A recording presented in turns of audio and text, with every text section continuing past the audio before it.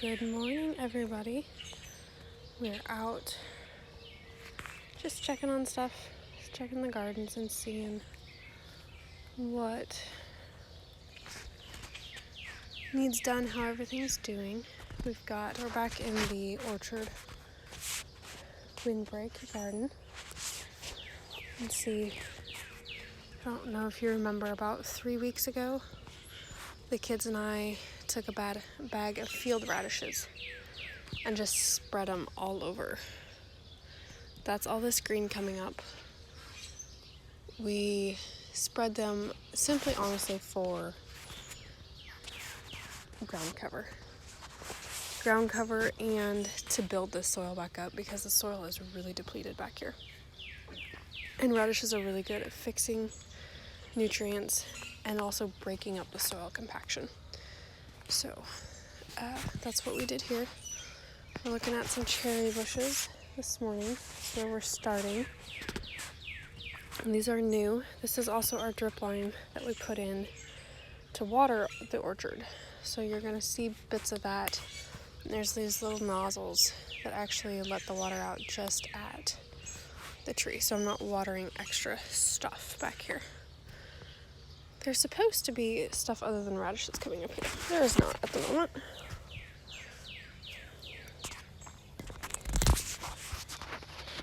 Again, we planted some strawberries and flowers around each of the bushes, and not many of them are coming up. I am getting some violets. That's that right there. Those are wild violets, which I love, but we did not plant them. They're just coming up volunteer, and that's okay. So yeah, they're all everywhere back here, and I love it. Love it, love it, love it. We still see, if you look down towards that end, that green, taller stuff is actually shrubs that's coming back up. As is all of this stuff. We cleared all that out early this spring. It's coming back up. Here's some wildflower patches. No, I can't tell you what's in them because it's a mix. So, wish I could tell you. I will as they grow up, but I can't right now. Our zucchini, still pretty little. I forgot to shut the sprinkler off, so I might get hit. Oh, I do have some raspberries. This is actually a raspberry bush. We just planted him this year too.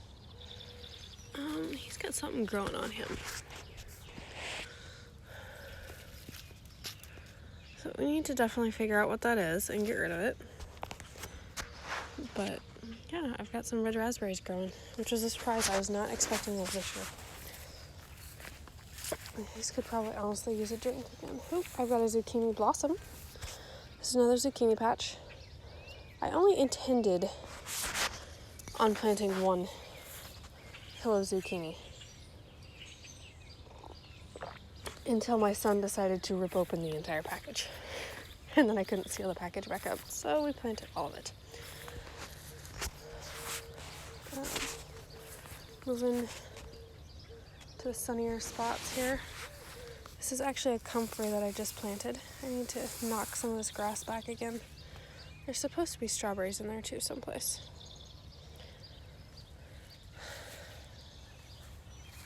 Some more pumpkin. We've got some pumpkin blossoms over here. I think my pumpkin's blocking it, so we'll go venture this way. But this drip line actually starts and runs through all of these patches. Eventually the idea is the squash will kind of take over and I won't have to mow back here. Because if you've noticed, a lot of this is weeds. This is actually pretty good grass for what's normally back here. Most of the time it's just straight weeds. This is a blackberry bush. He's actually doing pretty good too. I need to get the weeds back from him. That was a blackberry bush. The rabbits took him off too small. I did not cage them up last year like I should have. So I did not get any goods. The squash, pumpkins, those are back here, honestly. This is my elderberry bush, one of them. See? I actually just planted these last year, so I was honestly surprised to even see blossoms on them. But we have flowers, so we'll have elderberries. I'm excited. The squash, pumpkins, all of that is actually back here for 2 reasons. Number one, to feed the soil. This is the start of a forest garden, basically. So the idea behind that is once it is established, you don't have to actually care for it. You just kind of reap the harvest of it, reap the benefits. It's very minimal actual input with it. We have lots of pumpkin blossoms.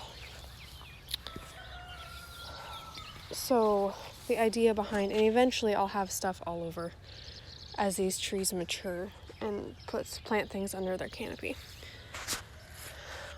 But in the meantime, I needed something to build the soil up because, again, the soil's not that good back here. And also work as ground cover. So that's what we did with the pumpkins and the squash. There's some butternut squash back here, some spaghetti squash, zucchini, a couple different kinds of pumpkin that we will then just kind of let go. I'll probably honestly leave some of the pumpkins and squash back here to reseed, and this will just kind of be our squash patch as well until the trees are mature. So we've got, I'll flip it around again here for you because this is another one I was not sure was going to work, but it is. I bought some asparagus roots. This needs to get out of there. And everything got planted extremely late around these trees because I was waiting on the trees to get here. Because there's really no point. This needs water too. There's no point in planting it if it's only going to get disturbed, right? So actually we've got several shoots coming up here. But asparagus is something, we have it wild in our ditch, but I didn't get any of it this year because the asparagus scavengers got to it first. Which is fine. It's in the ditch. It's technically for everybody, but I was a little disappointed. So I actually planted some asparagus around pretty much every plant around here. There was another comfrey around here too. I think it was right in here. But is now all this grass I don't want around here. And part of that is because as you're looking into forest gardening, you want companion plants around the trees. You don't want plants that are going to compete for the same nutrients. Oops, I got spotted. Grass competes with the trees for the exact same nutrients, which is why ideally I would have probably covered the soil. I did not. I should have. I did not. I probably would have also put some fertilizer down, and I might next year, or this fall actually, to kind of build this soil back up. Yeah, we're back. And next spring, I'll probably do some more intensive planting as I see what actually made it, what didn't, and try and I'll build these out further. So it's not just, I basically went just where they had dug the hole because I wasn't going to dig any further, and actually try and stuff more of this grass out.